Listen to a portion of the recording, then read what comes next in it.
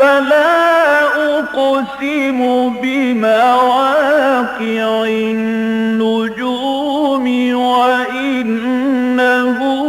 لقسم لو تعلمون عظيم إنه لقرآن كريم في كتاب مكنون لا يمسه إلا المطهرون تنزيل من رب العالمين.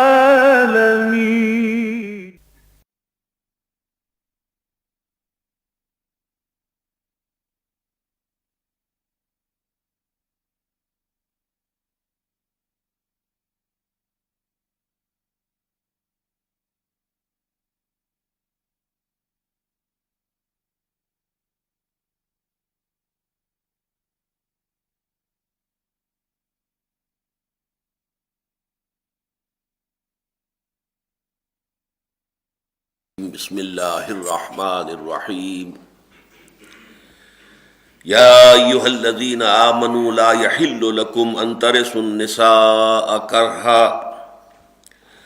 ولا تعضلوہن لتذہبوا ببعض ما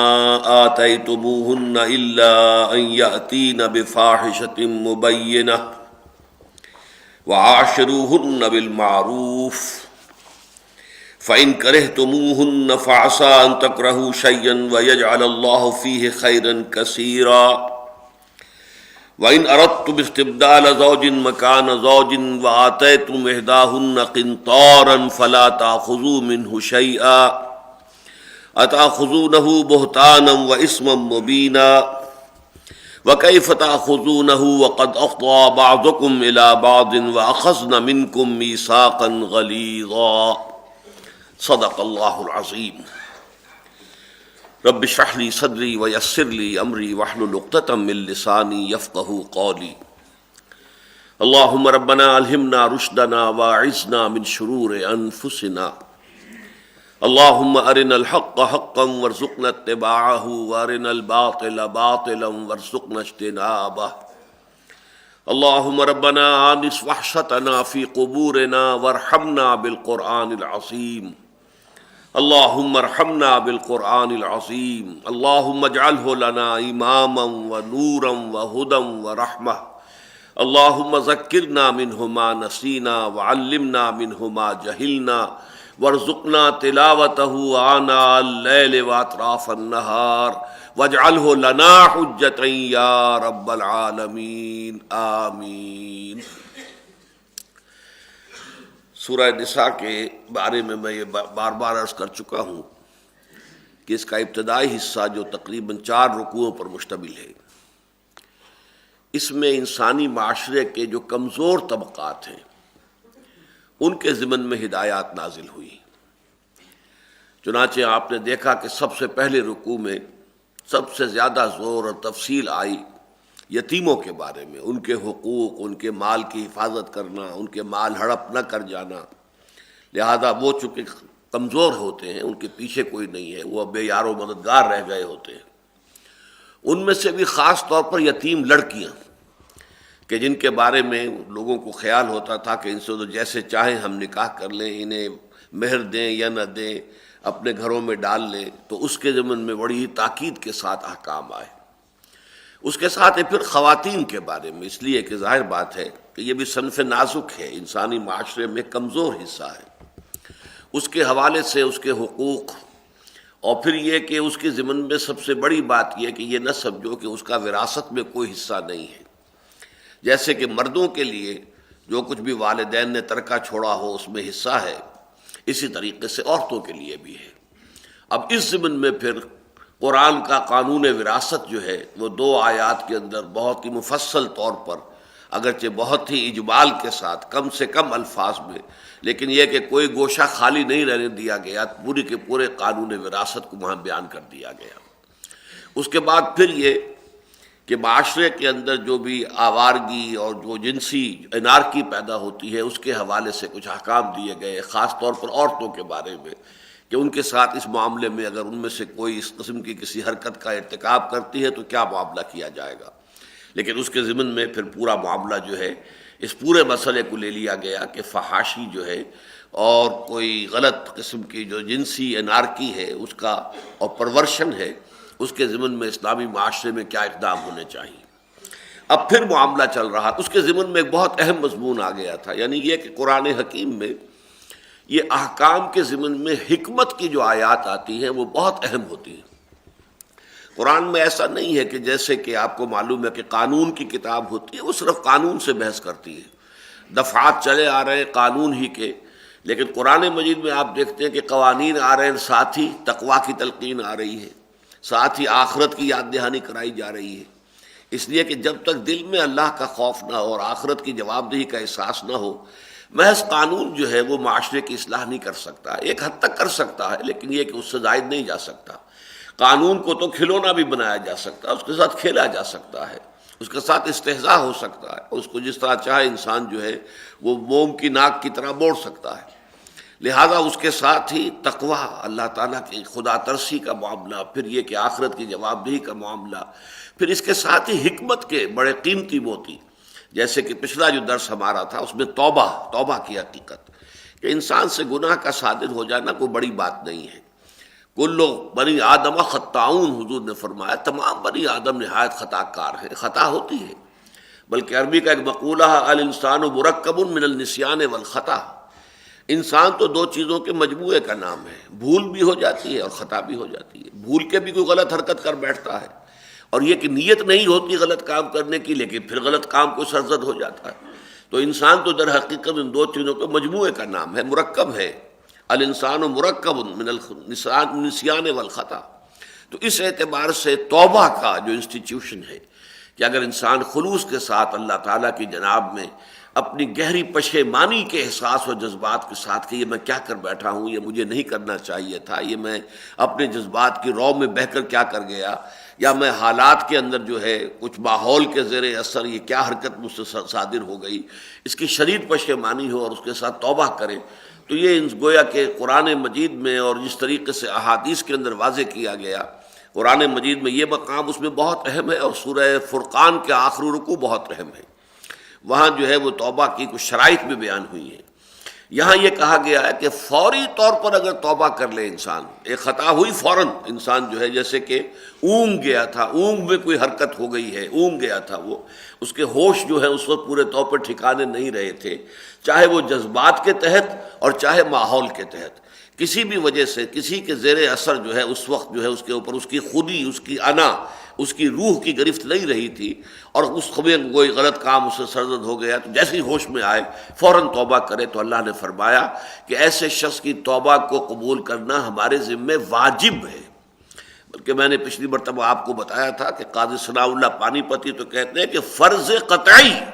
قطعی فرض ہے، اللہ تعالیٰ نے اپنے ذمہ لیا ہوا ہے کہ میرا جو بندہ اس طریقے سے خطا کر بیٹھے گا لیکن فوری طور پر توبہ کر لے گا تو اس کی توبہ کو قبول کرنا تو میرے ذمہ واجب ہے، فرض ہے۔ البتہ یہ کہ دوسری انتہا یہ بتائی کہ اگر ایک شخص ساری عمر جو ہے وہ گناہ کا کام کرتا رہا، حرام خوری کرتا رہا، یا اور جو بھی حرام کاری کرتا رہا یا حرام خوری کرتا رہا، لیکن جب عین موت کا وقت آیا اور اس وقت اس نے کہا میں توبہ کرتا ہوں، تو وہ توبہ قبول نہیں ہے۔ ان دونوں کے مابین ایک طویل وقفہ ہے۔ اگر ایک انسان نے خطا کاری کی ہے کافی طویل عرصے تک کی ہے، اس سے وہ گناہ صادر ہوتا رہا ہے کافی طویل عرصے تک، اور لیکن یہ کہ بہرحال موت کے آنے سے پہلے، موت کے کوئی آثار نہیں، ابھی وہ صحت مند ہے، اس کے بالکل قوا جو ہے چاق و چوبند ہے، ابھی موت کا اندیشہ نہیں ہے، لیکن وہ توبہ کر لیتا ہے۔ یہ وہ چیز ہے جس کی توقع دلائی گئی ہے کہ اللہ تعالیٰ ایسی توبہ کو بھی قبول کر لے گا، بلکہ مفسرین کے نزدیک تو در حقیقت یہ پوری زندگی جو ہے بہت مختصر شے ہے، اور یہ بھی فوری ہی توبہ شمار ہوگی، بلکہ اس سے بھی آگے بڑھ کر احادیث میں آتا ہے، وہ میں آپ کو سنا چکا ہوں پچھلی مرتبہ، کہ ایک شخص توبہ کرتا ہے لیکن پھر تھوڑے عرصے کے بعد پھر وہ اپنی توبہ پر قائم نہیں رہ سکتا، پھر کوئی جذبات کا ریلا آتا ہے، پھر کوئی اس سے خطا ہو جائے پھر توبہ کرے، پھر کہیں خطا ہو جائے پھر توبہ کرے، توبہ کرتے رہے۔ تو میں نے وہ حدیث آپ کو سنائی تھی کہ شیطان نے اللہ تعالیٰ سے کہا کہ اے اللہ تیرے عزت اور جلال کی قسم، میں بنو آدم کو گمراہ کرتا رہوں گا کرتا رہوں گا کرتا رہوں گا کرتا رہوں گا۔ تو اللہ تعالیٰ نے فرمایا تو اچھا، پھر مجھے بھی اپنی عزت و جلال کی قسم میں اسے معاف کرتا رہوں گا، جب تک وہ توبہ کرتا رہے گا معاف کرتا رہوں گا، معاف کرتا رہوں گا، معاف کرتا رہوں گا۔ تو یہ توبہ کا معاملہ جو ہے یہ بہت اہم ہے ہمارے دین کے فلسفے کے اعتبار سے، اور میں بتا چکا ہوں کہ اس معاملے میں ایک چھوٹی سی ٹھوکر ہے جس نے کہ عیسائیت جو ہے اس کا پورا ایک غلط سلسلہ جو ہے عقائد کا بنا کر کھڑا کر دیا کہ حضرت آدم علیہ السلام سے حضرت حوا سلام علیہا، ان دونوں سے جو خطا ہو گئی تھی جنت میں کہ اس جو ایک درخت تھا جس سے روک دیا گیا تھا کہ اس کا پھل نہ کھانا، اس کا مزہ چکھ بیٹھے، خطا ہو گئی، غلطی ہو گئی، معصیت تو ہوئی، لیکن یہ کہ انہوں نے فوراً توبہ کی، اللہ نے توبہ قبول کر لی۔ التائب من الذنب کمن لا ذنب لہ، وہ صاف ہو گیا معاملہ۔ لیکن چونکہ یہ صرف توبہ کی بات ان کے سامنے نہیں آئی، بائبل میں نہیں ہے، تورات میں نہیں ہے، لہذا وہاں سے نتیجہ کیا نکالا گیا کہ حضرت آدم اور حوا کی نسل میں جو بھی انسان پیدا ہوتا ہے، جو بھی مرد ہو عورت ہو، جو بھی انسان پیدا ہوتا ہے وہ گناہ گار ہے بنیادی طور پر، بائی برتھ۔ وہ گویا کہ اپنے جد امجد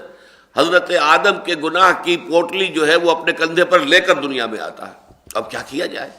اگر پیدائشی طور پر گناہ گار ہے انسان تو کیسے ٹھیک ہوگا؟ وہ ظاہر بات ہے وہ توبہ کیسے کرے گا؟ اس نے خود تو خطا کی نہیں تھی۔ کوئی شخص جو ہے اگر خود خطا کار ہو تو توبہ کر لے، لیکن اب وہ تو پیدائشی طور پر خطا کار ہے، اس کی اپنی کسی خطا کا کوئی سوال نہیں ہے، تو کیسے توبہ کرے؟ توبہ کا سوال نہیں ہے۔ لہذا اب اللہ تعالیٰ کو اپنا اکلوتا بیٹا، صلبی بیٹا دنیا میں بھیج کر اسے پھانسی پر چڑھوا کر سولی دلوا کر بطور کفارہ قبول کرنا پڑا کہ جو بھی عیسیٰ کو مان لے گا اس کی تمام گناہوں کی طرف سے عیسیٰ کفارہ ہو جائیں گے اور پیدائشی گناہ کی طرف سے بھی ہو جائیں گے۔ یہ سارا تمہار جو ہے خشت اول چون حد بیمار کج تاثریا امی روت دیوار کج۔ بہرحال اب اس کے بعد جو مضمون آ رہا ہے پھر وہ خواتین سے متعلق ہے کہ اس معاشرے کے اندر ان کے ساتھ جو ظلم روا رکھے جا رہے تھے ان کی بعض اور شکلیں سامنے آ رہی ہیں۔ یا ایھا الذین آمنوا لا یحل لکم ان ترثوا النساء کرہا، اہل ایمان تمہارے لیے یہ حلال اور جائز نہیں ہے کہ تم عورتوں کو زبردستی اپنی وراثت میں لے لیا کرو۔ ان کے ہاں معاملہ کیا تھا؟ جیسے کہ آپ کو معلوم ہے کہ کوئی شخص فوت ہو گیا تو اس کے مال مویشی ڈھور ڈنگر جو ہے وہ بھی تو اس کی وراثت ہی کا مال ہے نا، تقسیم ہوگا۔ اسی طرح اس کی بیویاں بھی وراثت کا مال ہے۔ ان میں زیادہ سے زیادہ ایکسیپشن ہے اس کو کہ جس کے بطن سے پیدائش ہوئی ہے، جو بیٹا ہے، بڑا بیٹا ہے اور وہی وارث ہے، وہ اپنی حقیقی ماں کو تو ماں کا درجہ دیتا تھا، وہ تو ٹھیک ہے، وہ تو ماں ہے۔ باقی جو سوتیلی مائیں تھیں، یعنی باپ کی جو بیویاں تھیں، اور وہ گویا کہ وہ بھی دولت کے مانند ڈھور ڈنگر کی طرح وہ بھی وراثت میں آ جاتی تھی، اور وہ ان کے پوری طریقے سے مختار ہو کر بیٹھ جاتے تھے۔ یہ حدیث آئی ہے، بخاری شریف میں بھی ہے، ابو داؤد میں ہے، نسائی میں ہے، حضرت عبداللہ ابن عباس سے کہ لوگ یہ کرتے تھے کہ وہ ایک وراثت کا مال سمجھ کر اور پھر پورا اختیار جو ہے وہ ان کو حاصل ہو جاتا تھا کہ اب وہ چاہیں تو اسے شادی کرنے دیں، چاہے تو نہ شادی کرنے دیں، چاہے خود ہی اپنے گھر میں ڈال لیں۔ یہ بدترین شکل تھی، بدترین شکل تھی، اس کا اس لیے ذکر علیحدہ سے بھی کیا جائے گا کہ بدترین شکل یہ تھی کہ اپنی سوتیلی ماں کو اپنے گھر میں ڈال لیا بیوی کی حیثیت سے۔ لیکن یہ ہے کہ اس کے علاوہ یہ کہ یہ تو اس سے ہلکے کام تھے کہ ہماری اجازت کے بغیر کہیں نکاح نہیں ہو سکتا، لہذا نکاح کریں گے تو جس سے چاہیں گے ہم کریں گے، نہ اسے خود اختیار ہے، نہ اس کے بھائی بندوں کو، اس کے باپ کو، یعنی اس کے میکے والوں کو کوئی اختیار نہیں۔ ماں باپ اگر زندہ ہیں ان کو کوئی اختیار نہیں، بھائی زندہ ہیں ان کو کوئی اختیار نہیں۔ سارا اختیار جو ہے وہ جو فوت ہو گیا ہے اس کا شوہر، اس کا جو وارث ہیں ان کو اختیار ہے کہ چاہیں تو ان کو شادی کرنے دیں، اور شادی کرنے دیں گے تو مہر خود لے لیں گے، چاہیں گے تو خود اپنی مرضی سے جس کو چاہیں گے اس سے شادی کر دیں گے جبراً، جس میں اس کی مرضی کو کوئی دخل نہیں ہوگا، اور ورنہ یہ کہ اس کو پھر روکے رکھیں گے، نہ شادی کرنے دیں گے، نہ خود اپنے میں سے کسی کے ساتھ اس کی شادی کریں گے، نہ اپنے گھر میں ڈالیں گے، لیکن یہ کہ روکے رکھیں گے یہاں تک کہ وہ تنگ آ کر جو بھی کچھ اس کو اگر کچھ ملا تھا، کوئی مال دیا تھا باپ نے جو فوت ہو گیا، اس نے اگر کوئی مہر کے طور پر کچھ چیز دی تھی، جب تک وہ سب واپس نہ اس سے لے لے اس وقت تک اس کا راستہ خالی نہیں کرتے تھے۔ اس کی اصلاح کی جا رہی ہے۔ یا ایھا الذین آمنوا لا یحل لکم ان ترثوا النساء کرہا، جبراً ان کو اپنا وراثت کا مال سمجھ کر ان کے اوپر اپنا اختیار جما لینا۔ یہاں تک آتا ہے کہ اگر کوئی شخص مر گیا اور اس کی بیوی جو ہے وہ بیوہ ہے، تو وہ جو فوت شدہ آدمی ہے اس کا کوئی رشتہ دار آ کر اپنا کپڑا اس کے خیمے پر یا اس کے گھر کی دیوار پر ٹانگ دیتا تھا تو گویا کہ اب وہ مختار مطلق تھا، وہ علامت تھی اس بات کی کہ اب یہ فلاں شخص جو ہے وہ اس کا پورا مختار مطلق ہے، وہ جس سے چاہے گا نکاح کر دے گا اور اس کی مرضی کے بغیر یہ عورت نکاح نہیں کر سکتی۔ وَلَا تَعْضُلُوهُنَّ لِتَذْهَبُوا بِبَعْضِ مَا آتَيْتُمُوهُنَّ إِلَّا أَن يَأْتِينَ بِفَاحِشَةٍ مُبَيِّنَةٍ، اور مت ان کا راستہ روکو، مت روکے رکھو انہیں، نکاح ثانی کرنے سے روکے رکھنا، گھروں میں ڈالے رکھنا، نہ خود یہ ہے کہ کسی سے نکاح کرنے دینا اور نہ اس کو اجازت دینی کہ وہ خود نکاح کر لے، لیکن ان کو راستہ روکے رکھنا۔ وَلَا تَعْضُلُوهُنَّ، مت راستہ روکو ان کا، لِتَذْهَبُوا، اس لیے تاکہ تم ان سے وصول کر لو، ما آتیتموہن، جو کچھ کہ تم نے دیا تھا انہیں، یعنی تمہارے باپ نے، فوت شدہ باپ نے جو کچھ مال اسے دیا تھا، اگر کوئی اس کو چیز فرض کیجئے کسی نے کوئی باغ دے دیا تھا اس کو اپنے مہر کے طور پر، اب جب تک وہ واپس نہیں کرے گی اس وقت تک اس کا راستہ نہیں کھولے گے۔ الا ان یاتین بفاحشۃ مبینہ، ہاں یہ راستہ روک لینا اور گھروں میں محبوس کر دینا، جیسے کہ پچھلے درس میں ہم دیکھ چکے ہیں، یہ ان عورتوں کے لیے ہوگا کہ جنہوں نے کوئی فوش حرکت کی ہو، غلط حرکت کی ہو، کوئی جو ہے بے حیائی کا بڑا ارتکاب کیا ہو، اور اس سے مراد زنا ہے۔ اگر زنا کی مرتکب ہو جائیں تو پھر تو ظاہر بات ہے کہ سزا کے طور پر، تعزیر کے طور پر اس کو بند کر دیا جائے گا، ان کا راستہ روک دیا جائے گا، بصورت دیگر اس کی اجازت نہیں ہے۔ وَعَاشِرُوهُنَّ بِالْمَعْرُوفِ، اب یہ اصول آیا ہے، یہ ان کے ساتھ دنیا میں رہو معروف طریقے پر، بھلے طریقے پر، ان کے حقوق ادا کرو، ان کی عزت نفس کا بھی خیال رکھو، وہ بھی انسان ہے، آدم و حوا کی اولاد جیسے تم ہو ویسے ہی وہ بھی ہیں، جیسے احساسات تمہارے ہیں ویسے ان کے بھی ہیں، جیسے حقوق تمہارے ہیں ویسے حقوق ان کے بھی ہیں۔ یہ ہم پڑھ چکے ہیں سورہ بقرہ میں بھی، اور اب آگے چل کر سورہ نساء میں بھی آنے والی ہیں یہ باتیں، لیکن یہ اگرچہ اللہ تعالیٰ نے مردوں کو ایک درجہ فوقیت کا دیا ہے، وَلِلرِّجَالِ عَلَيْهِنَّ دَرَجَةٌ، لیکن یہ کہ یہ انتظامی معاملہ ہے کہ گھر کے اندر ایک میاں بیوی جو ہیں ان سے جو خاندان کی بنیاد پڑی ہے، اس خاندان کا سربراہ جو ہے وہ مرد ہوگا، عورت نہیں ہوگی۔ یہ تو ایک انتظامی معاملہ ہوا، باقی تو ظاہر بات ہے کہ شرف انسانیت میں وہ مشترک طور پر تمہارے ساتھ شریک ہیں، تم انسان ہو وہ بھی انسان ہے، تم حوا اور آدم کی اولاد ہو تو وہ بھی حوا اور آدم کی اولاد ہے۔ اس اعتبار سے ان کے ساتھ رہن سہن جو ہے، اسی لیے حضور نے فرمایا خیرکم خیرکم الی نسائکم وَأَنَا خَيْرُكُمْ لِأَهْلِي،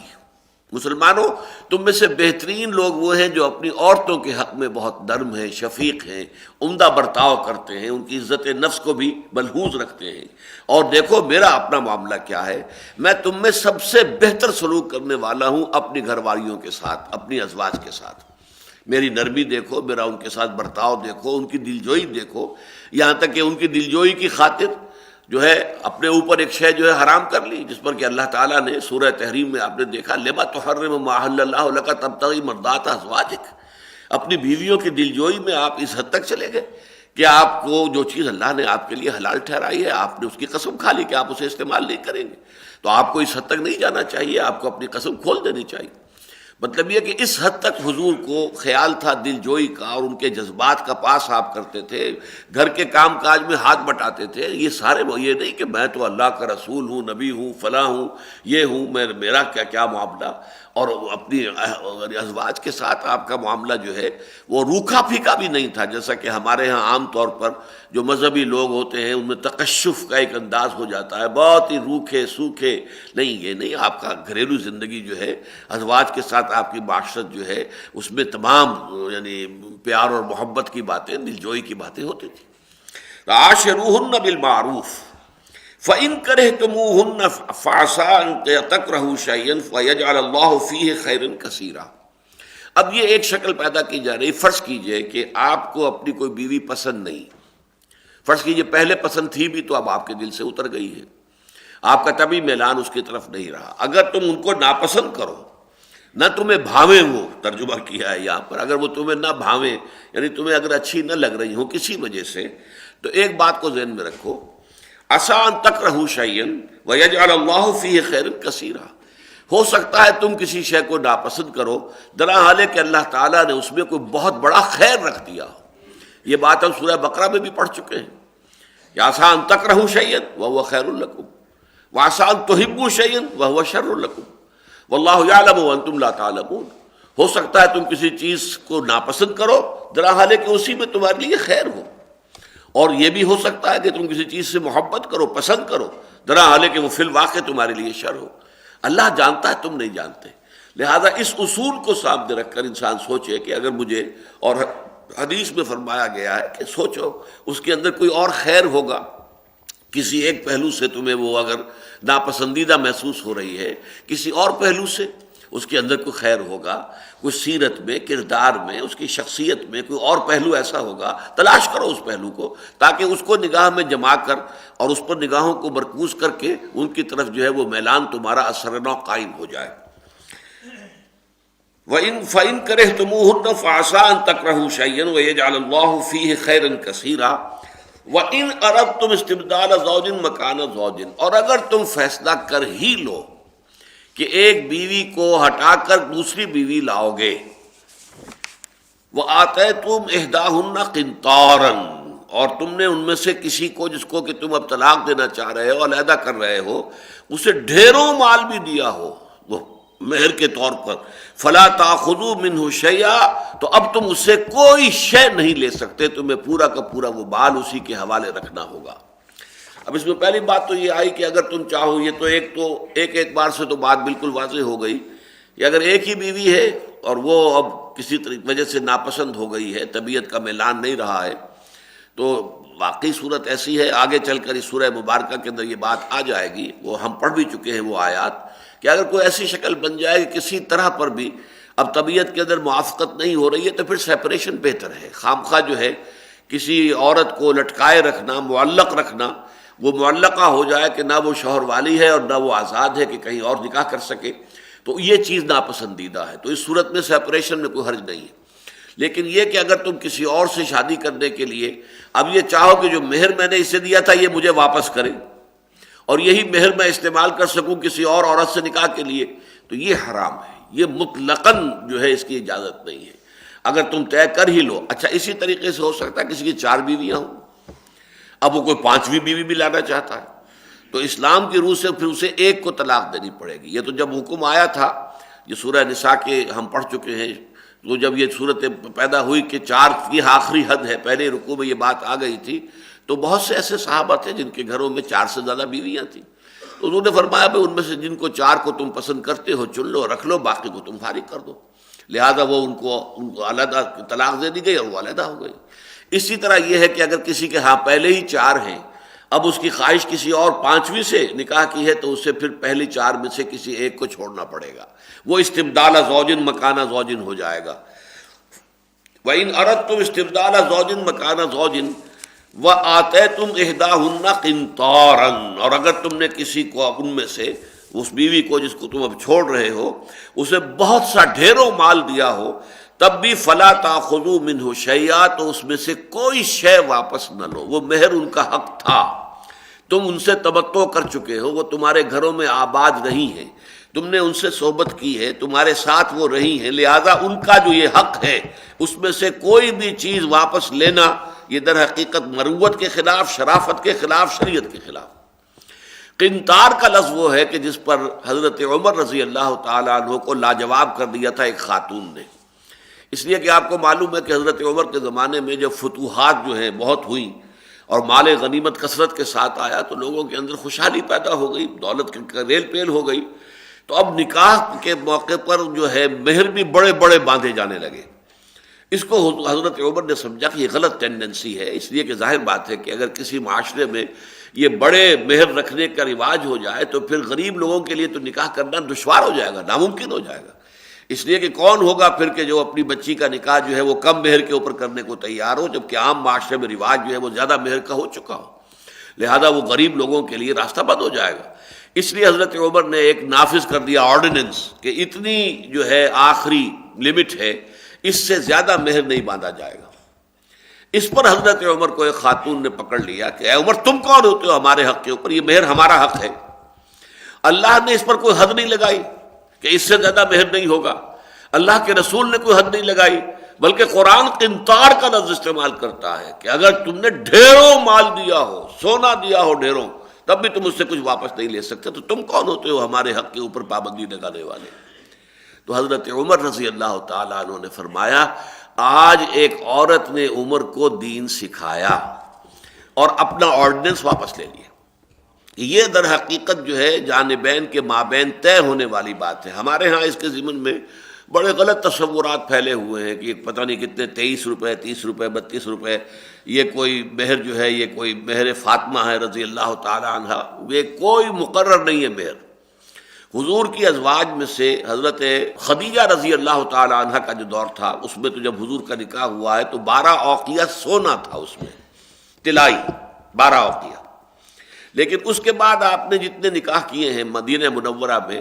تو اس میں آپ کا جو 500 درہم 12 اوقیہ، لیکن وہ چاندی کی شکل میں 12 اوقیہ، جو 500 درہم بنتے ہیں۔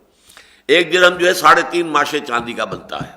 یہ رہا ہے۔ اب ہمارے ہاں اگر وہ چاندی کے اعتبار سے جو ہے وہ حساب لگایا جائے تو جتنی بھی رقم بنے گی، یہ تمام ازواج کا یہ معاملہ رہا ہے کہ 500 درہم پر آپ نے نکاح کیا۔ البتہ اس میں ایک استثناء رہا، اور وہ تھا حضرت ام حبیبہ رضی اللہ تعالی عنہ۔ وہ چونکہ وہاں حبشہ میں تھیں، اور وہاں جو ان کا ساتھ ان کا شوہر گیا تھا، ان کے ساتھ دونوں گئے تھے میاں بیوی ہجرت کر کے، وہ شوہر مرتد ہو گیا، وہ عیسائی ہو گیا، لہذا وہ نکاح ختم ہو گیا۔ تو اب چونکہ وہ بغیر شوہر کے رہ گئی، تو حضور نے پھر دلجوئی کے لیے، حضور ہجرت فرما کر مدینہ تشریف لے جا چکے تھے، تو مدینہ سے پھر پیغام بھیجا ہے کہ وہاں شادی کا ان کو، اور وہاں پر پھر نجاشی رحمۃ اللہ علیہ، حضرت نجاشی، وہ چونکہ صحابی نہیں ہیں، حضور سے ملاقات نہیں ہوئی ہے، لیکن ایمان لے آئے تھے، لہذا انہیں تابعین میں شمار کیا جاتا ہے۔ اس لیے میں رضی اللہ تعالیٰ عنہ نہیں کہہ رہا، بلکہ رحمۃ اللہ علیہ۔ حضرت نجاشی نے نکاح پڑھایا، اور حضور کی طرف سے 4000 درہم یہ جو ہے خود اپنے طرف سے حضور کی جانب سے خود ادا کیا ہے مہر، اور یہ سب سے بڑا مہر ہے جو حضور صلی اللہ علیہ وسلم کی ازواج مطہرات کا ہوا ہے۔ تو گویا کہ اپنی جگہ پر تو یہ ہے کہ بہت زیادہ نہیں ماننا چاہیے، لیکن اس میں کوئی حد نہیں ہے۔ اور اس قنطار کے حوالے سے اس خاتون نے حضرت عمر کو لاجواب کیا، اور حضرت عمر نے اپنا آرڈیننس واپس لیا۔ فلا تاخذوا منه شيئا، تو اس میں سے کچھ بھی واپس نہ لو۔ اتاخذونه بهتانا واثما مبینا، کیا تم لوگے ان سے زیادتی کرتے ہوئے، ناحق اور ایک گناہ کا ارتکاب کرتے ہوئے؟ یہ اس کا حق تھا، حق تلفی کر رہے ہو، اس کے حق میں سے جو واپس اب لیتے ہو در حقیقت یہ گناہ ہے، یہ اسم ہے، یہ تو بہتان کے درجے میں آ جائے گا۔ بہتان ایک قولی ہوتا ہے، ایک عملی ہوتا ہے، یہ گویا کہ عملی بہتان ہے، ناحق ارتکاب ہے۔ وَكَيْفَ تَأْخُذُونَهُ وَقَدْ أَفْضَىٰ بَعْضُكُمْ إِلَىٰ بَعْضٍ،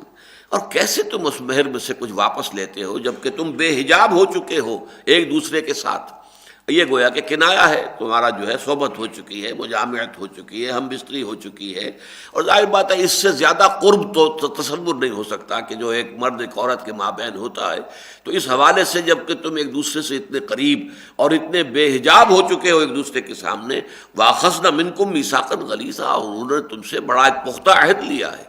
یہ پختہ عہد نکاح کا عہد ہے۔ نکاح کو جب تم نے قبول کیا ہے تو، اور 2 گواہوں کی موجودگی میں کیا ہے، اس کا اعلان عام ہوا ہے، تو یہ در حقیقت ایک بڑا مضبوط میثاق غلیظ ہے، یہ قرآن مجید کہتا ہے۔ اس لیے کہ نکاح کے وقت جو ہے اس نیت کا ہونا ضروری ہے کہ یہ عمر بھر کے لیے سنجوگ ہے، یہ وقتی نہیں ہے۔ نکاح موقت یہ شیعوں کے ہاں ہے، متع جو ہے وہ شیعوں کے ہاں ہے، ہمارے ہاں سنیوں کے ہاں وہ کسی وقت جائز تھا لیکن پھر حرام مطلق ہو گیا ہے۔ بہت سی چیزیں ایسی تھیں جو بالکل آخر میں آ کر حرام کی گئی ہیں، انہی میں سے سود کا معاملہ بھی ہے، شراب کا معاملہ بھی بہت دیر میں آ کے آخر حرام مطلق ہوا ہے۔ لیکن یہ ہے کہ اسی طرح کا معاملہ متع کا جو اہل تشیع کے ہاں اب بھی وہ کہتے ہیں کہ وہ صحیح ہے، اس لیے کہ وہ چیزیں کہ جو حضور کے آخری دور میں آ کر حرام ہوئیں اور ان کی پوری طریقے سے شہرت نہیں ہوئی،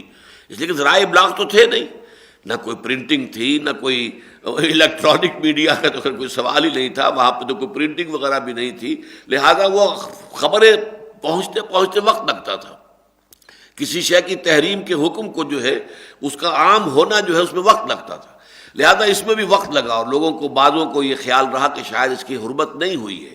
اس حرمت کو پھر حضرت عمر نے نافذ کیا رضی اللہ تعالیٰ عنہ۔ اور شیعوں کا معاملہ یہ ہے کہ وہ حضرت عمر کے دشمن ہیں، لہذا حضرت عمر رضی اللہ تعالیٰ عنہ نے جو کام بھی کیا اس کی مخالفت وہ اپنے ذمہ فرض سمجھتے ہیں، لہذا اسی طریقے سے یہ جو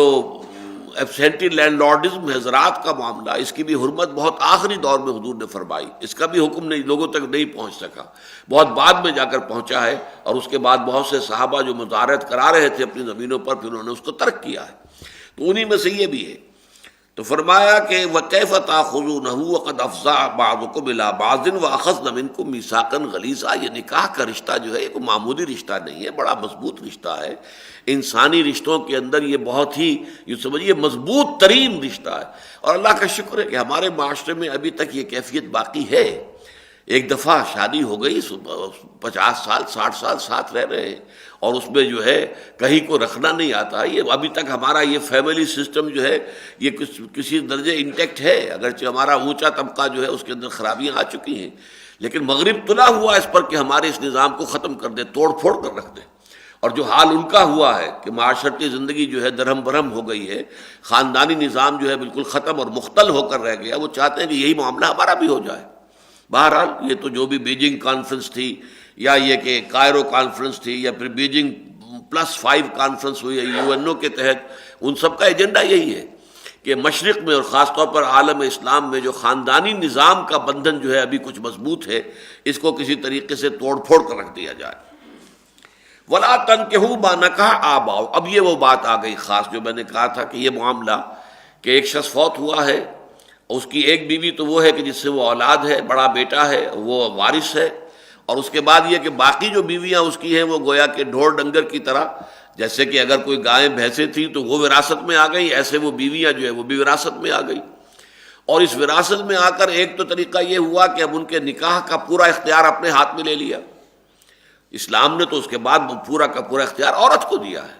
عورت بیوہ ہو گئی یا عورت جو ہے مطلقہ ہے، عدت کی حد تک کا جو بھی پابندی اس پر ہے وہ عدت پوری ہو جائے، اس کے بعد وہ آزاد ہے. وہ جہاں چاہے جو ہے، اگر وہ طلاق مغلظ نہیں تھی تو اپنے سابقہ شوہر سے دوبارہ نکاح کر سکتی ہے.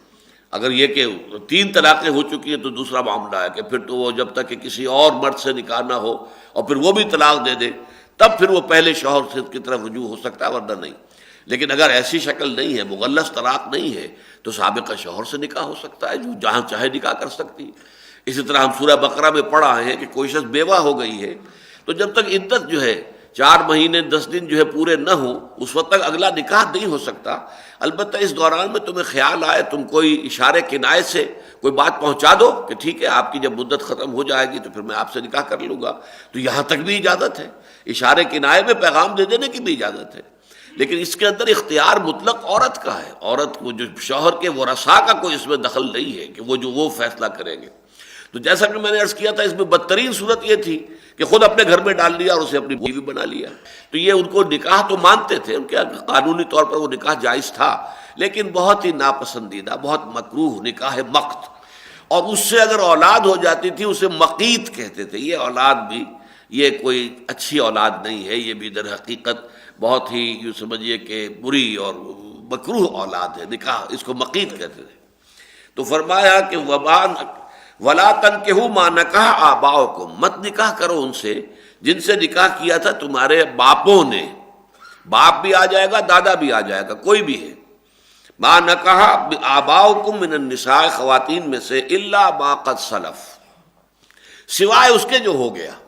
اب تک جو حکم نہیں دیا گیا تھا، اب تک بات قرآن میں نہیں آئی تھی، لہذا جو ہو گیا ہو گیا. اس کے لیے تو اب یہ کہ اس چیپٹر کو اوپن نہیں کیا جائے گا، لیکن آئندہ کے لیے اب یہ حرام مطلق ہے. وَلَا تَنكِحُوا مَا نَكَحَ آبَاؤُكُمْ مِنَ النِّسَاءِ إِلَّا مَا قَدْ سَلَفَ إِنَّهُ كَانَ فَاحِشًا. یہ بڑی بے حیائی کی بات ہے. وہ مقتا، یہی لفظ آ گیا مقت. اس معاشرے میں بھی یہ لفظ استعمال ہوتا تھا، نکاح مقت. مقتا بہت ہی یعنی گھناؤنی شے، بہت ہی بری شے، بہت ہی بیزار کن شے ہے. وساء سبیلا، اور بہت برا راستہ ہے. جیسا کہ میں نے عرض کیا کہ اس کی اولاد بھی اگر ہو جاتی تھی پھر تو اسے کہتے تھے مقیت. اور حضور کے زمانے میں حضور کے جو مخالفین تھے شدید، ان میں سے 2 جو ہیں، اسس بن قیس یہ بھی مقیت تھا، اور ابو معیط جو تھا جس کا بیٹا جو ہے عقبہ ابن ابی معیط، یہ گویا کہ ابو جہل کا دست راست تھا، وہ بھی مقیت تھا. یعنی اس کے باپ کی بھی معاملہ یہی تھا کہ اس کے دادا نے اپنی سوتیلی ماں کو جو ہے وہ اپنے گھر میں ڈال لیا تھا، اور اس سے یہ ابو معیط ہوا، اور اس کا پھر بیٹا جو ہے یہ عقبہ ابن ابی معیط تھا.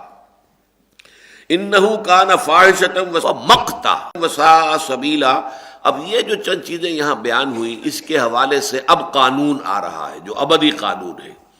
یعنی وہ رشتے کہ جن میں نکاح حرام مطلق ہے، کسی شکل میں نکاح نہیں ہو سکتا. حرمت علیکم امہاتکم، تم پر حرام کر دی گئی ہیں تمہاری مائیں. یہ ماں بھی ہوگی، پھر ماں سے اوپر نانی اور جو بھی چلے، اور دادی اور جو بھی رشتہ چلے، یہ سب کے سب ماں کے انذیل میں آ جائیں گے، اوپر رشتے جو بھی جائیں گے.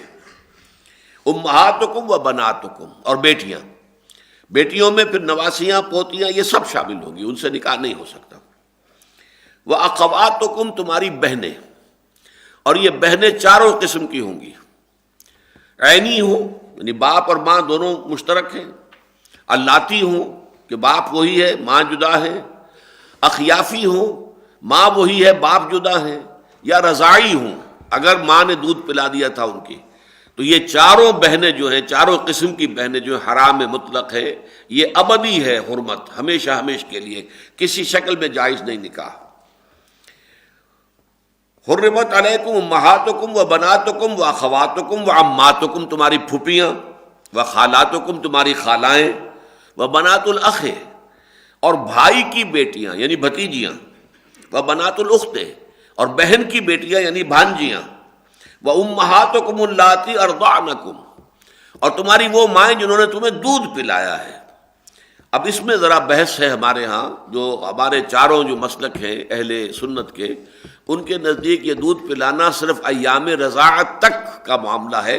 کہ جس سے کہ وہ رضاعت جو ہے ثابت ہو جاتی ہے اور حرمت ہو جاتی ہے.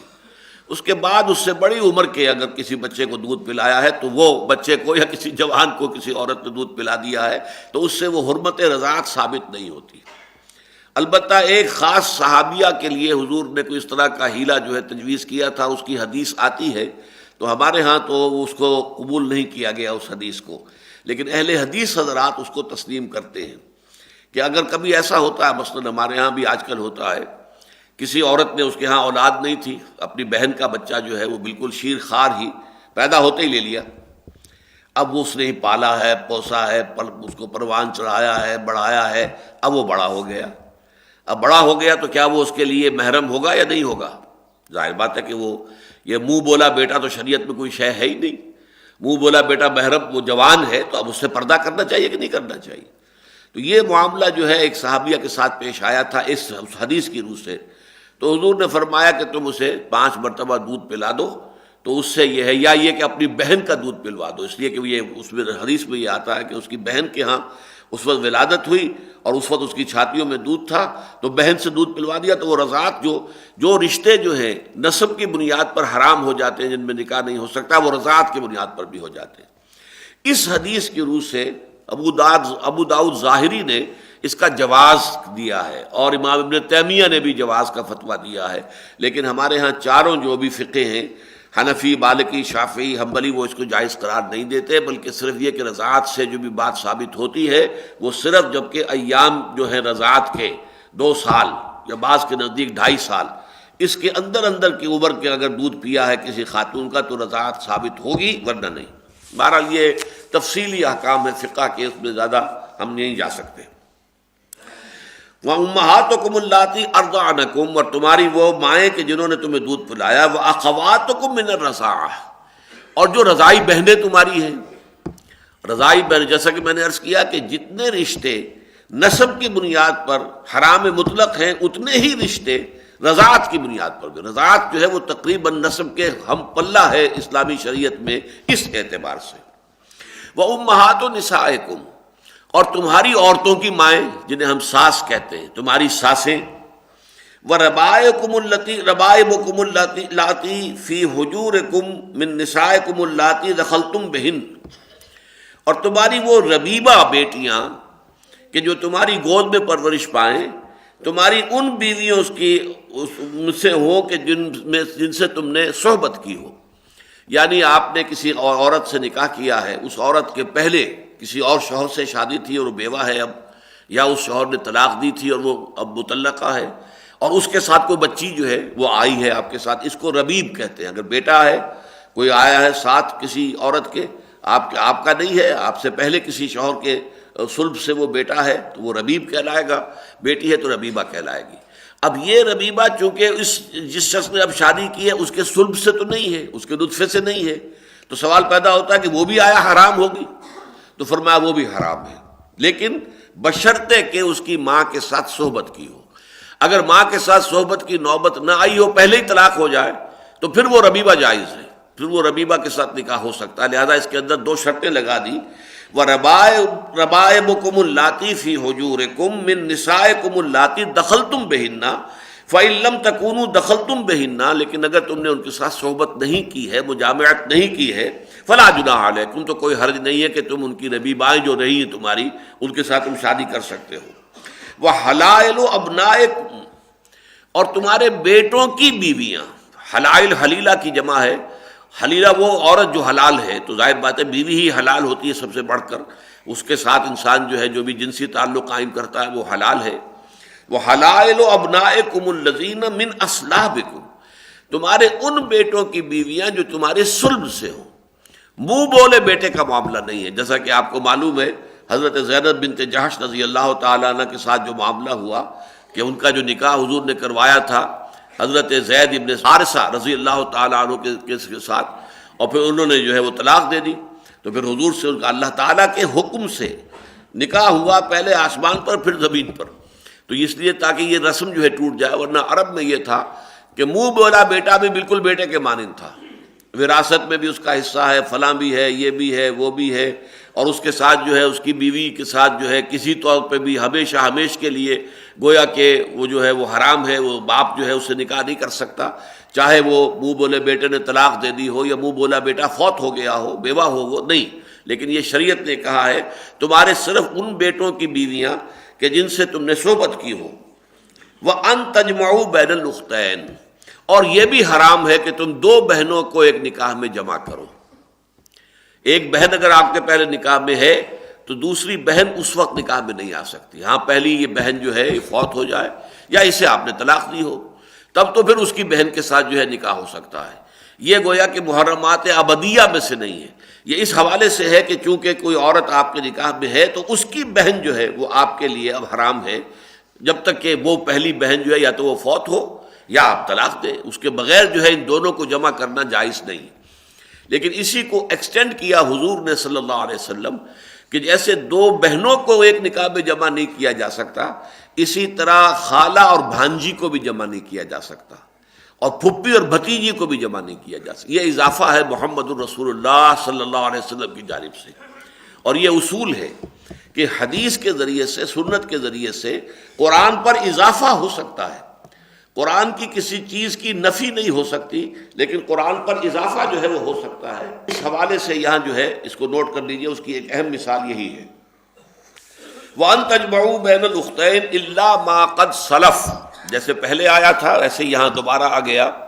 جو کچھ پہلے ہو چکا، اب ظاہر بات ہے اس کو انڈو کرنا ممکن نہیں ہے. وہ معاملہ جو گزر چکا. آئندہ اب یہ قانون ہے ابدی. ان اللہ کان غفور الرحیم، یقیناً اللہ تعالیٰ غفور ہے، رحیم ہے. جو پہلے جو کچھ ہو گیا اس کے لیے غفور الرحیم ہے. آئندہ کوئی حرکت کرو گے تو اللہ تعالیٰ کی طرف سے پکڑ ہوگی، وہ گناہ شمار ہوگا، معصیت شمار ہوگی. اب ایک اور کیٹیگری ہے، والمحصنات من النساء الا ما ملکت ایمانکم، اور وہ عورتیں جو کسی اور کے قید نکاح میں ہوں. یہ محسن اور احسان، اس کو ذرا اچھی طرح سمجھ لیجئے کہ اس کے معنی کیا ہے. حصن کہتے قلعے کو، جس کی چار دیواری ہے، جس کا فصیل ہے، اس کے اندر جو ہے محفوظ ہے. تو عورت جو کسی کے نکاح میں ہے، یہ گویا کہ ایک خاندان کی ایک دیوار، اب اس کی پروٹیکشن حاصل ہے. اسی طریقے سے وہ عورتیں کہ جو خاندانی ہوں، شریف زادیاں جن کو ہم کہتے ہیں، ایک ہیں کنیزیں، لونییں نہیں، جو خاندانی عورتیں ہیں، آزاد عورتیں ہیں، وہ بھی چاہے نکاح ان کا بھی نہیں ہوا ہو، لڑکیاں ہوں، وہ ابھی کنواری لڑکیاں، وہ بھی محسنہ ہوں گی کہ خاندان کا حصار ان کے گرد ہے، انہیں بھی ایک حفاظت حاصل ہے، ایک پروٹیکشن حاصل ہے، اس کے گرد جو ہے ایک فصیل موجود ہے. تو احسان دو طرح کا ہو گیا. یا تو کسی کے قید نکاح میں ہونے کی وجہ سے کوئی عورت محسنہ ہے کہ وہ کسی کے نکاح میں ہے اور اس نے اپنے گھر میں آباد کیا ہے، گھر کی چار دیواری ہے. چادر اور چار دیواری کا لفظ جو ہے کثرت کے ساتھ استعمال ہوا تھا ضیاء الحق صاحب کے دور میں. تو چار دیواری جو ہے خاندان کا جو ہے وہ نکاح کا تعلق ہے، تو وہ محسنات یہاں اس معنی میں آیا ہے کہ اگر کسی اور کے گھر میں کوئی عورت آباد ہے تو اب ظاہر بات ہے کہ آپ کے لیے حرام ہے. جب تک کہ وہ شخص فوت نہ ہو اور یہ بیوہ ہو جائے، یا وہ شخص طلاق نہ دے اور اس طلاق کے بعد جو ہے عدت پوری ہو چکی ہو. تو والمحصنات من النساء، جتنی بھی اور عورتیں ہیں کہ جو قید نکاح میں ہیں وہ بھی حرام ہے تمہارے لیے، الا ما ملکت ایمانکم، سوائے اس کے جو تمہاری ملک یمین بن جائیں. فرض کیجیے کفار کے ساتھ آپ کا مقابلہ ہوا اور اس میں آپ کی کوئی لونیاں جو ہیں بن کر جو ہے وہ پی او ڈبلیوز خواتین آئیں اور انہیں تقسیم کر دیا گیا، تو اگرچہ ان کا وہاں شادی ہے کفار کے ہاں، اور وہاں ان کے کافر جو بھی ہے مشرک شوہر، انہوں نے ان کو طلاق نہیں دی ہے، قید نکاح میں ہے لیگلی، لیکن اب وہ ملک یمین ہونے کے ناطے سے، لونڈی ہونے کے ناطے سے آپ کے لیے جائز ہے کہ آپ اس سے تعلق کریں. یہ ہے الا والمحصنات من النساء، جو عورتیں بھی کسی کی قید نکاح میں ہوں وہ حرام مطلق ہے تمہارے لیے، الا ما ملکت ایمانکم، سوائے ان کے کہ جن کے تمہارے داہنے ہاتھ مالک ہو جائیں، وہ تمہاری جائز شرعی اعتبار سے، فقہی اعتبار سے، شریعت کی روح سے وہ جائز تمہاری لونیاں ہوں تو وہ بھی تمہارے لیے جائز ہو جائیں گی، چاہے ابھی ویسے وہ قانونی طور پر اپنے وہ جو شوہر ہیں کافر اور مشرک ان کی نکاح میں ہیں. تو یہ ایکسیپشن ہوئی محسنات میں سے. کتاب اللہ علیکم، اب یہ قانون پورا ہوا، یہ اللہ کی کتاب ہے تم پر، تمہارے ذمے، اللہ کا قانون ہے، یہ اللہ کی طرف سے فرض ہے، اس کو ہلکا نہ جانو. یہ محرمات جن کی یہ فہرست دی گئی ہے، اس کو یہ نہ سمجھو کہ معمولی معاملہ ہے اور جیسے چاہیں ہم کر لیں، اونچ نیچ کر لیں، آگے پیچھے کر لیں، قطعاً کتاب اللہ علیکم. اللہ آپ کو معلوم آتا ہے کسی ذمہ داری کے لیے. انما التوبۃ علی اللہ للذین یعملون السوء بجہالۃ ثم یتوبون من قریب، اللہ کے ذمے ہے کہ وہ توبہ قبول کرے ان لوگوں کی کہ جو کسی نادانی میں، جہالت میں، جذبات کی رو میں بہہ کر غلط حرکت کر بیٹھتے ہیں پھر فوراً توبہ کرتے ہیں. اسی طرح کتاب اللہ علیکم، یہ اللہ کا فرمان ہے، اللہ کا حکم ہے، واجب الاذعان ہے، واجب التعمیل ہے، واجب التنفیذ ہے تمہارے لیے. وَأُحِلَّ لَكُم مَّا وَرَاءَ ذَلِكُم، باقی رشتے جو ہیں دنیا کے وہ تمہارے لیے جائز ہیں. یعنی یہ کہ شریعت نے صرف وہ معاملہ واضح کر دیا کہ جہاں تمہارا نکاح نہیں ہو سکتا، باقی جو ہے وہ سب کے سب مباح ہے. پوری دنیا جو ہے اس کے اندر آپ جو ہے ظاہر بات ہے کہ اس کا مسلمان ہونا شرط ہے. باقی یہ کہ اگر ان شرائط میں سے کوئی اور شرط موجود نہیں ہے، ان قیود اور حدود میں سے کوئی اور حد یا قید نہیں ہے، تو جائز ہے نکاح کرو. وَأُحِلَّ لَكُم مَّا وَرَاءَ ذَلِكُمْ أَن تَبْتَغُوا بِأَمْوَالِكُمْ، کہ تم حاصل کرو ان خواتین کو اپنے نکاحوں میں اپنے مالوں کے عوض. مہر لازم ہے، یہ ایک شرط کے طور پر ہے اسلامی نکاح میں کہ آپ کو مہر کچھ نہ کچھ دینا پڑے گا، تھوڑا بھی ہو سکتا ہے، زیادہ بھی ہو سکتا ہے. یہ علامت ہے اس بات کی. میں نے عرض کیا نا کہ یہ اصل میں اہمیت یہ ہے کہ جب خاندانی نظام قرآن بنانا چاہتا ہے اس میں مرد کو قوام بنانا ہے. اسی صورت میں آگے آ جائے گا رجال قوامون علی النساء. اب یہ قوامیت جو ہے اس کی علامت یہ ہے، اگرچہ شادی ویسے آپ صحیح ہے دیکھیے کہ فزیولوجیکلی اور ویسے بھی شادی مرد کی بھی ضرورت ہے، عورت کی بھی ضرورت ہے. عورت کی زندگی بھی نامکمل ہے مرد کے بغیر، اور مرد کی زندگی بھی نامکمل ہے عورت کے بغیر. گویا کہ دونوں طالب بھی ہیں، مطلوب بھی ہیں. لیکن شریعت نے یہ مہر کی رقم مقرر کر کے گویا کہ ایک کو طالب قرار دیا، دوسرے کو مطلوب قرار دیا. شوہر ہے جو طالب بنتا ہے. تبتغوا، تم چاہو، یہ مردوں سے خطاب ہو رہا ہے. ان تبتغوا باموالکم، اپنے مالوں کے عوض تم مہر دے کر نکاح کرو. محسنین غیر مسافحین، یہ شرط نمبر 2. محسن بننے کے لیے یعنی ان عورتوں کو اپنی قید نکاح میں لانا، بسانا، آباد کرنا ہو. یہ نہ ہو کہ صرف اپنی شہوت رانی کرنی ہے. یہ سارا معاملہ جو ہے حرام کاری کا، اور بس اس میں پیش نظر کیا ہے؟ زنا کیا ہے؟ صرف وقتی لذت ہے جو حاصل کرنی ہے. یہ سارا پیشہ جو ہو رہا ہے، پیشہ ور عورتیں جو بیٹھی ہوئی ہیں، کیا ہے یہ وقتی لذت حاصل کرنے کے لوگ جاتے ہیں اور پیسہ دیتے ہیں اور ان کو جو بھی ہے ان کی قیمت وہ ان کو ادا کرتے ہیں. یہ نہ ہو. محسنین ہو غیر مسافحین، صرف شہوت رانی مقصود نہ ہو، بلکہ احسان، وہی جو میں نے عرض کیا، قید نکاح میں لانا. یہ شرط ہے کہ پوری زندگی کا سنجوگ کی نیت ہونی چاہیے، لڑکے کی بھی، لڑکی کی بھی، مرد کے بھی، عورت کے بھی. صرف اپنی ایک جو جنسی ضرورت ہے اور وقتی لذت جو ہے حاصل کر لینا، تلذذ یہ نہیں۔ فَمَسْتَمْتَعْتُمْ بِهِ مِنْهُنَّ فَآتُوهُنَّ أُجُورَهُنَّ فَرِيضَةً،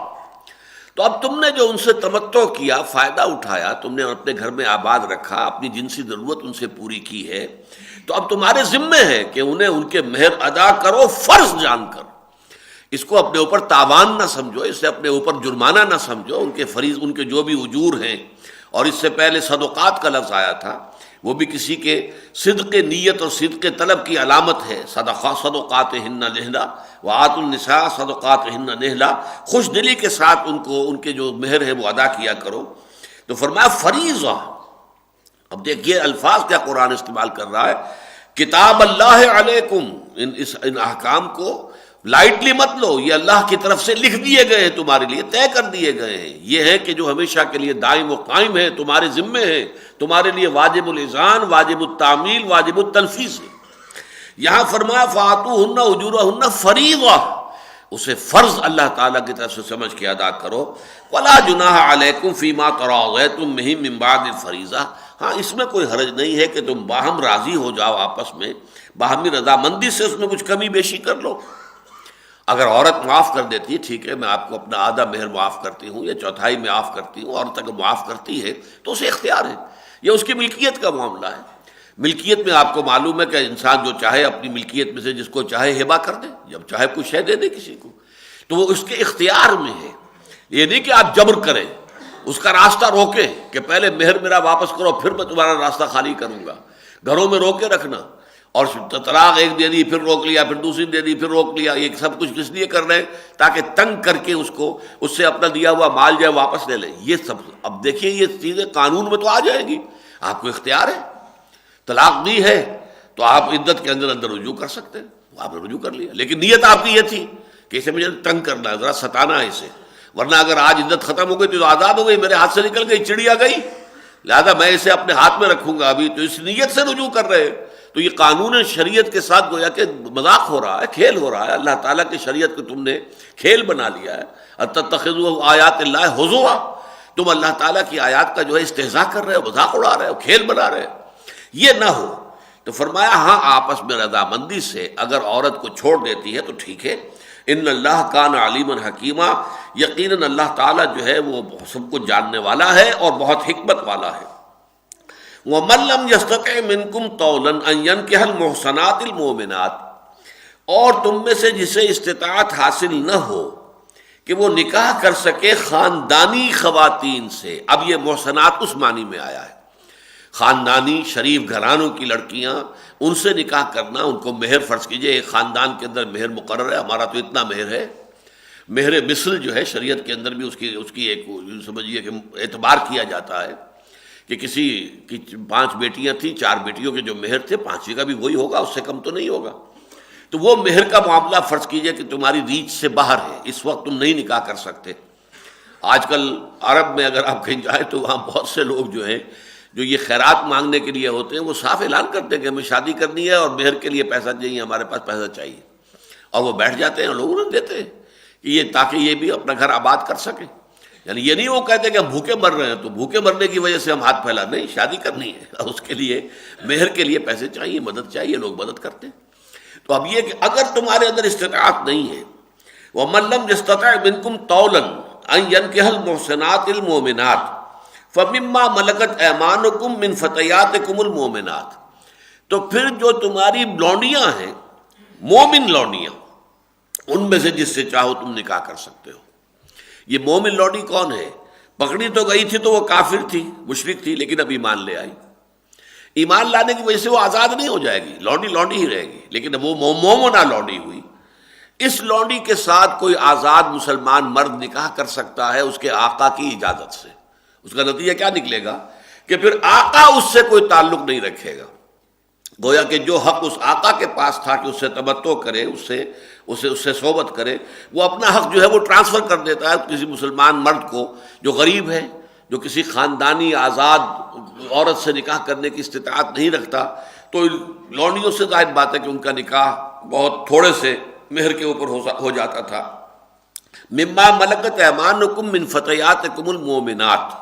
اب اس میں ایک اندیشہ ہوتا تھا کہ ہو سکتا ہے کسی عورت نے صرف اپنے لیے ایک راستہ نکالنے کے لیے ہی وہ ایمان کا اعلان کر دیا ہو، دل میں اس کے ایمان نہ آیا ہو.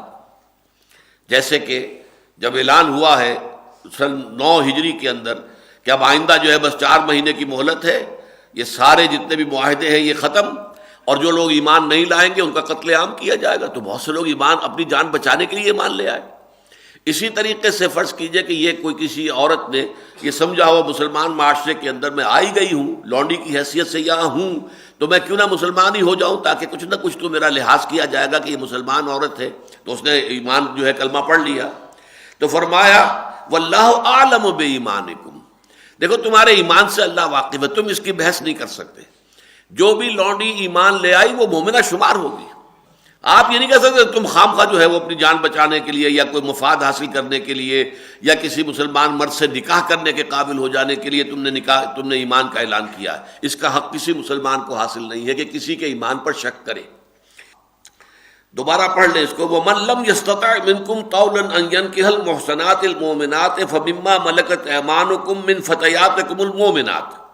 اللہ عالم بایمانکم، اللہ بہتر جانتا ہے خود تمہارے اندر کتنا ایمان ہے کتنا نہیں ہے، اللہ بہتر جانتا ہے کتنا گہرا ہے کتنا سطحی سا ہے، یہ اللہ کے علم میں ہے.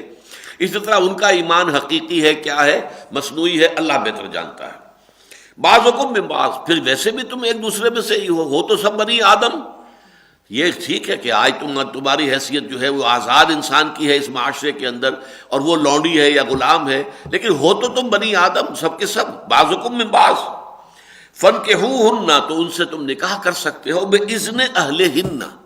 ان کے مالکوں کی اجازت کے ساتھ. ظاہر بات ہے وہ مالک جو ہے آقا جو ہے اس کا وہ حق ہے کہ وہ اپنی لونڈی سے تمتع کر سکتا ہے، اس سے صحبت کر سکتا ہے، وہ اپنے اس حق کو ساقط کرے گا. اور یہ حق گویا کہ وہ منتقل کر رہا ہے جس سے کہ اجازت دے رہا ہے کہ وہ آدمی ان کے ساتھ نکاح کر لے. تو باذن اہلہن وآتوہن اجورہن بالمعروف، ان کو بھی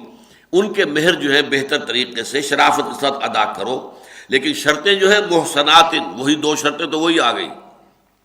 محسنات، انہیں گھر میں آباد کرنا مقصود ہونا چاہیے. غیر مصافحات، صرف یہ نہ ہو کہ شہوت رانی مقصود ہو. ولا متخذات اخدان، اور نہ یہ کہ